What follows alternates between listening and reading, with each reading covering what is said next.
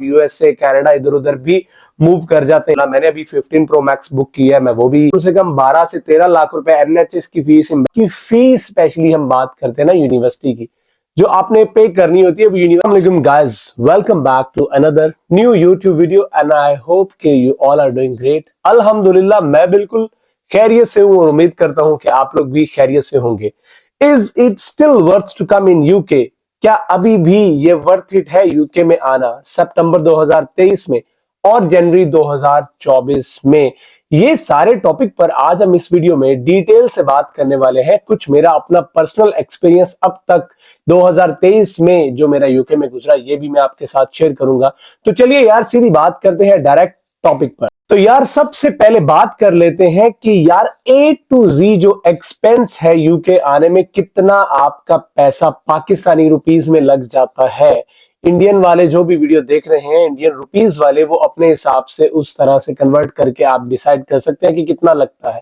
अगर कोई बंदा आपको कहे कि यार नहीं, मैं इससे कम इतना पैसा लगवा दूंगा, तो समझे कि भाई आप फिर उससे काम करवाएं। और डेड श्योर मैं आपको ये बात बताने वाला हूं कि जितना पैसा मेरा तब लगा जब मैं आया और अब जितना लगना है, ये लगना ही लगना है। सो सबसे पहले तो आपने डिसाइड करना है कि आप बैचलर्स के लिए आ रहे हैं या मास्टर्स के लिए आ रहे हैं। अगर आप बैचलर्स के लिए आ रहे हैं तो आपकी चूंकि 4 साल की डिग्री होती है, तो वो आपकी जो पेमेंट होती है, जो आपकी फीस स्पेशली हम बात करते हैं ना यूनिवर्सिटी की, जो आपने पे करनी होती है, वो यूनिवर्सिटी चूंकि 4 हिस्सों में डिवाइड कर देती है, एनुअल प्रोग्राम या सेमेस्टर प्रोग्राम, जिस तरह से भी डिवाइड करती है। सो उस तरह से थोड़ी सी स्टूडेंट्स के लिए रिलैक्सेशन आ जाती है, क्योंकि बीच में 4 साल में समर ब्रेक जब आती है, तब आपको full time right to work होता है, तो आप मैक्सिमम पैसा कमा के सेव भी कर लेते हैं। ऑन द अदर हैंड, अगर हम मास्टर्स की बात करें, तो मास्टर्स में चूंकि आपको पता है आपके पास एक ही साल होता है, एक ही साल में आपने, फॉर एग्जांपल अगर सितंबर इनटेक में आ रहे हैं तो वीजा छोटा होता है, लेकिन अगर जनवरी इनटेक में आते हैं तो वीजा लंबा होता है, बड़ा होता है। दोनों के वीजास में कह लो कि 1-2 मंथ का फर्क होता है। जैसे कि मिसाल के तौर पर अभी मैं जनवरी इनटेक 2023 में आया हूं, तो मेरा जो वीजा है ये एक्सपायर हो रहा है, जो स्टडी वीजा है, अक्टूबर 2024 में।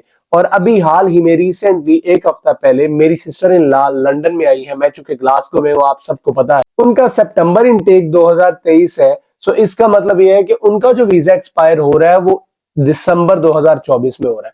अब आप खुद इस बात को आइडिया लगा ले कि मुझे इस वक्त यूके में आए बैठे हुए तकरीबन 8वां महीना 9वां महीना चल रहा है, जबकि वो अभी एक हफ्ता पहले आए हैं।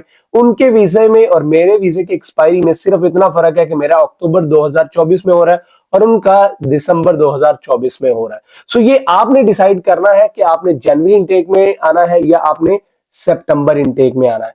अब on the other hand fees की बात कर लेते हैं। तो अगर मिसाल के तौर पर, अब चूंकि फीसेस बहुत महंगी हो गई, यूनिवर्सिटीज ने भी अपनी प्राइसेस बहुत बढ़ा दी, क्योंकि इंटरनेशनल स्टूडेंट जो है वो यूके में आ ही बहुत रहे हैं। अब आपने ये डिसाइड करना है सबसे पहले कि यार आप जिस यूनिवर्सिटी में आ रहे हैं उसके बारे में क्या आपको पता है, या आपके कंसल्टेंट को आपने कह दिया कि भाई मुझे कुछ नहीं पता, मैं पैसा लगाने के लिए विलिंग हूं, पैसा मैं जहां से भी इकट्ठा करूं ये मेरा मसला है, तुम मुझे बस यूके भेज दो। यार थोड़ी बहुत हमें खुद भी रिसर्च कर लेनी चाहिए कि हमने कौन सी यूनिवर्सिटी में जाना है। सबसे पहले आप गूगल पर सर्च कर लें कि the cheapest top 10 cheapest university in UK. उसके बाद फिर आप उनमें से डिसाइड करें, अपने कंसल्टेंट को बताएं कि यार मेरा यहां पर अप्लाई करें, क्योंकि जो कंसल्टेंट होता है सिर्फ उस जगह पर अप्लाई करता है जिन यूनिवर्सिटीज के साथ उसकी एफिलिएशन होती है, कनेक्टिविटी होती है, क्योंकि आपकी जो इनिशियल डिपॉजिट होता है उसका कमीशन उसने यूनिवर्सिटी से लेना होता है। तो सम टाइम आपको लगता है कि आपका जो कंसल्टेंट है वो आपसे बहुत कम पैसे चार्ज कर रहा है, इसका मतलब है यार ये कंसल्टेंट बहुत अच्छा है। ऑन द अदर हैंड आपको किसी ऐसी यूनिवर्सिटी में वो फंसा देता है जहां फॉर एग्जांपल आप 4000 इनिशियल डिपॉजिट देते हैं, तो उनको कहते हैं जी मेरा 50% बीच में कमीशन है, तो 2000 पाउंड तो वो लेके साइड हो गया। मिसाल के तौर पर मैं अपनी यूनिवर्सिटी को कहूंगा, मेरे हिसाब से ये बिल्कुल वर्थ इट है, क्योंकि मैं ग्लासगो कैलेडोनियन यूनिवर्सिटी में पढ़ रहा हूं। इनफैक्ट मेरी वाइफ पढ़ रही है, मैं डिपेंडेंट वीजे पर हूं, आपको पता है। तो हमारी यूनिवर्सिटी की जो टोटल फीस थी वो 14,500 थी, और 2000 पाउंड की उन्होंने कहा जी हमने आपको स्कॉलरशिप दे दी है, तो बाकी रहेगी 12,500। लेकिन अब 12,500 वाली यूनिवर्सिटी ढूंढना एक बहुत बड़ी ब्लेसिंग है, क्योंकि अब फीसेस बहुत राइज अप हो रही। हम लोग जब आए थे तब मैं 4,000 इनिशियल डिपॉजिट देकर आया था, लेकिन अब मिनिमम भी 6 से 7 हजार इनिशियल डिपॉजिट मांग रही है तकरीबन सारी की सारी जितनी भी यूनिवर्सिटीज। तो अगर आप बैचलर्स पर आ रहे हैं तो फॉर एग्जांपल आपकी 30 हजार 4 साल की फीस है, उसे डिवाइडेड बाय अगर आप 4 करें तो आपको कुल मिला के जो साल की फीस है ना वो आपकी कितनी बनती है, 7,500 ऑलमोस्ट इतनी बनती है। लेकिन अगर फॉर एग्जांपल आपकी 40 हजार वाली महंगी यूनिवर्सिटी ले लेते हैं तो साल की 10 हजार बनती है। सो ये आपने खुद डिसाइड करना है कि आपने मास्टर्स के लिए आना है या बैचलर्स के लिए आना है। दोनों की अपने प्रोज एंड कॉन्स है, अपनी कंपैटिबिलिटी है। 4 समर्स आपको लगते हैं full time right to work से आप काम करके आप मैक्सिमम पैसा कमा लेते हैं। कुल मिला के आपकी यूनिवर्सिटी की फी जो आप इनिशियल डिपॉजिट फॉर एग्जांपल अगर आप 7 हजार देते हैं तो इसका मतलब है ऑलमोस्ट 7 3 21 आपका 26 से 27 लाख रुपए इनिशियल डिपॉजिट जाएगा। उसके बाद आप एनएचएस की फीस देंगे। अगर आप सिंगल सिर्फ एक स्टूडेंट आ रहे हैं, ऐसा डिपेंडेंट नहीं आ रहे, 2023 सितंबर की मैं बात कर रहा हूं क्योंकि जनवरी से आपको पता है वैसे ही बंद कर दिए गए हैं 2024 से।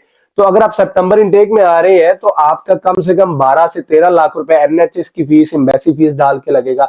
अब हम लोग जब आए थे तब हमारी जो अपॉइंटमेंट की फीस हमने प्रीमियम लाउंज की ली थी प्रायोरिटी बेस पे, तो हमारे तो बिल्कुल 35-40 हजार रुपए लगा था, उस पर वो इतना मसला नहीं था। अब पाकिस्तान में जो अपॉइंटमेंट मिल रही है एम्बेसीज की वो ऑलमोस्ट 3-3 4-4 लाख रुपए लोग देकर पे कर रहे हैं। क्योंकि अभी मेरी सिस्टर इन ला ही है अपने हस्बैंड के साथ, तो उन लोगों ने तकरीबन 7 से 8 लाख रुपए सिर्फ अपॉइंटमेंट, एम्बेसी की फी तो अलग है, अपॉइंटमेंट लेने का इतना पे किया। सो ये भी आप बीच में डाल लें।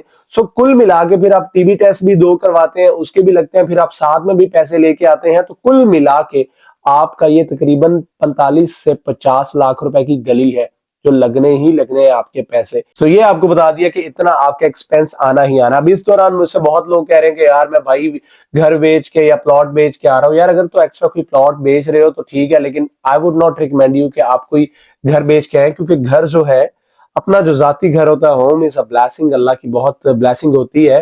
तो चीजें बन जाती हैं लेकिन घर बाद में बनाना बहुत मुश्किल होता है। आप यहाँ पर आकर सेटल होते हैं नहीं होते आपको समझ आती है, क्योंकि मैंने बहुत से लोग एयरपोर्ट से ही वापस जाते देखे, कुछ यहाँ नहीं यूज टू हो सके तो वो 2-3 महीने बाद 6 महीने बाद मैंने उनको वापस जाते देखा है। लेकिन आपको मैं यही रिकमेंड करूंगा कि घर ना बेचे, कहीं से कर्जा पकड़ ले, वो फिर भी आप जो है वो रिफंड कर सकते हैं, तो वो कोई ऐसा मसला नहीं है। तो अब बात करते हैं कि यार क्या अपना लाइफस्टाइल आप मेंटेन कर सकते हैं, क्या इतना कमा सकते हैं कि आप वापस फैमिली को भी सपोर्ट कर लेते हैं और अपनी फीसेस और बाकी सारी चीजें भी इकट्ठी कर लेते हैं। यार मैं जब पाकिस्तान में था तो मैंने कभी सोचा भी नहीं था कि मैं लेटेस्ट आईफोन जो है वो बॉक्स पैक ले लूंगा, क्योंकि चीजें उस तरह से वहां पर एक्सेस में नहीं है। आपकी अर्निंग और आपकी लिविंग कॉस्ट की जो कोरेस्पोंडेंस है वो मैच नहीं करती। लेकिन यहां पर अल्हम्दुलिल्लाह मैंने अभी 15 प्रो मैक्स बुक की है, मैं वो भी आने वाले कुछ वक्त में ले लूंगा। अपनी वाइफ को मैंने अल्हम्दुलिल्लाह 14 pro max box pack gift किया था। पाकिस्तान में रहते हुए शायद मैं कभी 11 प्रो मैक्स भी बॉक्स पैक नहीं ले सकता था। 70-80 हजार 90 हजार की जो भी अर्निंग थी, सुबह में स्कूल पढ़ाता था, शाम में एकेडमी पढ़ाता था, तो कुल मिला के घर के एक्सपेंस निकालें या अपना लाइफस्टाइल मेंटेन करें, तो यहां पर रहते हुए आप ये चीजें कर सकते हैं। पीछे मेरे ऊपर कुछ कर्जा था 4 से 5 लाख रुपए जो फरवरी में आया था मैं, और अल्हम्दुलिल्लाह मैंने 30th of April 1st of May से पहले पहले सबको रिटर्न कर दिया था, मेरी जॉब लगने के 2 महीने बाद तक अल्हम्दुलिल्लाह। तो मेरी तरफ से यार बिल्कुल वर्थ इट है, क्योंकि यहां पर आप अपना लाइफस्टाइल भी बहुत अच्छे से और इजीली मेंटेन कर सकते हैं। और खाने पीने की चीजें तो यार बहुत ही सस्ती हैं, बहुत ही लिविंग कॉस्ट तो जो है, मेन जो एक्सपेंशन है वो यहाँ पर अकोमोडेशन का है। अब अकोमोडेशन में अगर मैं ग्लासगो की बात करूं तो यहां पर मैं तकरीबन 500 रेंट दे रहा हूं इंक्लूडिंग ऑल द यूटिलिटीज। और अगर आपने मेरे हाउस टूर नहीं देखा कि मैं किस किस्म के घर में रह रहा हूं, तो यहां पर जाकर आप हाउस टूर भी मेरा देख सकते हैं, आपको इस बात का आइडिया हो जाएगा। जबकि अभी रिसेंटली मेरा एक दोस्त लंदन में आया 2 महीने पहले, वो एक बॉक्स रूम में रह रहा है, 400 पाउंड रेंट दे रहा है सिर्फ एक बॉक्स रूम में, जिसमें कुछ भी नहीं है यार, सिर्फ एक बेड लगा हुआ है, और जैसे सो के उठता है तो क्या लगे भाई रूम खत्म हो जाता है। सो ये आपने डिसाइड करना है कि आपने लंदन की तरफ जाना है, इंग्लैंड जाना है या स्कॉटलैंड जाना है।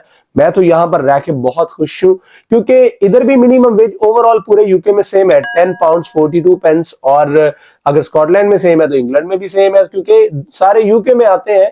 सो लिविंग कॉस्ट और अकोमोडेशन वहां पर ज्यादा है और यहां पर कम है। तो मेरी तरफ से जो है बिल्कुल वर्थ इट है यार। देखो मैंने शायद सोचा भी नहीं था कि मैं इस तरह की जिंदगी कभी जी पाऊंगा जो अल्हम्दुलिल्लाह मैं यहाँ पर आकर जी रहा हूं। तो मेरी तरफ से बिल्कुल रिकमेंडेड है। अभी अल्हम्दुलिल्लाह मेरा यूरोप का वीजा भी लग गया। So by the end of this, in fact last week of this month, मैं और मेरी वाइफ अल्हम्दुलिल्लाह हम लोग हॉलीडेज पर जा रहे हैं स्पेन, और बाकी जो है मुल्क एक दो और भी घूमेंगे।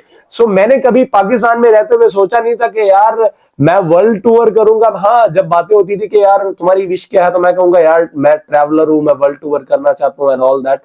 And today all that is happening which I never thought कि मैं कर सकता हूं। तो अल्लाह की जात सब करती है। जब अगर आप यहां पर आ रहे हैं, आपके जिम्मे है मेहनत, आपके जिम्मे है एफर्ट करना, कश्तियां जला के, और अल्लाह की जात किस किस तरह से आपको निवाजेगी, किस किस तरह से उसका फल देगी, आप खुद उसको जो है वो जब सोचेंगे तो यार कैसे हो गया, तो वो अल्लाह की जात करेगी आपके लिए। जब आप कश्तियां जलाएंगे, अपनी रूह के अंदर एक मेहनत वाला एलिमेंट डाल लेंगे। तो मेरी तरफ से यार बिल्कुल वर्थ इट है। हाँ, यहाँ पर अकोमोडेशन का मसला जरूर होता है। तो I would recommend you guys के यार पाकिस्तान से या इंडिया से, नेपाल से, श्रीलंका से, बांग्लादेश से, जहां भी आ रहे हैं, अपनी अकोमोडेशन बुक करके लाजमी आए, और साथ में कम से कम इतना पैसा 3,000 पाउंड तक लाजमी लेकर आए कि खुदा ना खास्ता आपके लिए कोई मसला मसाइल बनता है तो आप एटलीस्ट 2-4 महीने यहां पर सरवाइव कर सकें। क्योंकि 95 क्या बल्कि 100% आपकी अकोमोडेशन वाला एक डिपॉजिट बंदा तो आपसे लेता ही लेता है। मिसाल के तौर पर अगर 700 आप पाउंड रेंट दे रहे हैं तो 1400 पाउंड तो आते साथ ये निकल जाएंगे। हाँ, बाकी कोई 250-300 पाउंड आपका पूरे महीने की ग्रोसरी का एक्सपेंस बनेगा। तो इस तरह से अगर साथ में पैसे गाड़ी लेने के ले आओगे तो वो भी ज्यादा अच्छा है। नहीं तो अगर ई बाइक लेने के ले आओगे तो आते साथ आप डिलीवरी जॉब्स और ये वो करके एटलीस्ट, और नहीं तो अपनी लिविंग कॉस्ट को सर्कुलेट करना शुरू कर दोगे। फिर यहां से आपको और भी वेज मिलते हैं, आप यूएसए, कनाडा, इधर उधर भी मूव कर जाते हैं। सो आइए, और आप लोगों में से जो आ चुके हैं, many many heartiest congratulation and welcome to UK. So जो अभी प्लान कर रहे हैं, तो मेरी तरफ से ये सारी मोटिवेशन सिर्फ उनके लिए थी। चलो यार, कल फिर किसी नई वीडियो में मुलाकात होती है, तब तक अपना बहुत सारा ख्याल रखें। अल्लाह हाफिज।